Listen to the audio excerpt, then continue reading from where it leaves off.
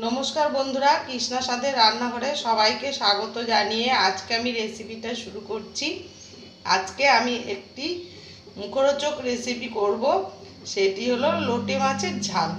দেখো লোটে মাছগুলোকে আমি ভালো করে ধুয়ে রেখেছি। এবার আমি এর মধ্যে একটু আদা রসুন বাটা দিয়ে দিচ্ছি, আর একটু লঙ্কা বাটা দিয়ে দিচ্ছি, আর লেবুর রস দিয়ে দিচ্ছি, একটু লেবুর রস দিয়ে দিলাম, আর একটু নুন দিয়ে আমি ভালো করে মাছটাকে 10 মিনিটের জন্য মেখে রেখে দেব। ঢাকা দিয়ে মেখে রেখে দেব। তোমরা রেসিপিটা পুরো দেখো আর আমার সাথে থেকো। 10 মিনিটের জন্য আমি ঢাকা দিয়ে রেখে দিচ্ছি। দেখো আমার এই যে ম্যারিনেট করা মাছগুলো রেডি হয়ে গেছে। এবার আমি কড়াইতে তেল গরম করতে দিয়ে দিয়েছি।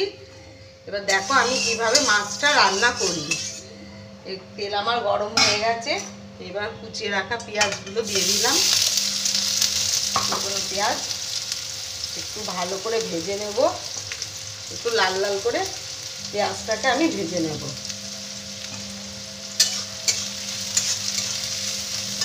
আমার পেঁয়াজটা খুব ভালো করে লাল লাল করে ভাজা হয়ে গেছে। এবার আমি এই যে আদা রসুন বাটাটা দিয়ে দিচ্ছি। আদা রসুন বাটাটা একটু ভেজে নেব, কাঁচা গন্ধটা যাওয়া পর্যন্ত।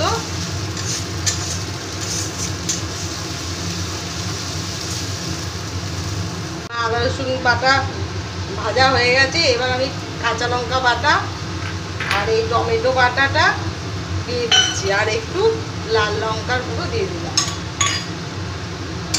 যে আমি আবার ভালো করে একটু ভেজে নেব মশলাটাকে।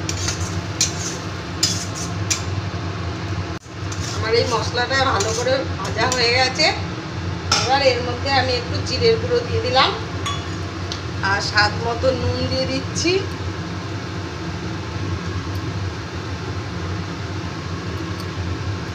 আর একটু হলুদের গুঁড়ো দিয়ে দিচ্ছি, 1 চামচ হলুদের গুঁড়ো দিয়ে দিচ্ছি।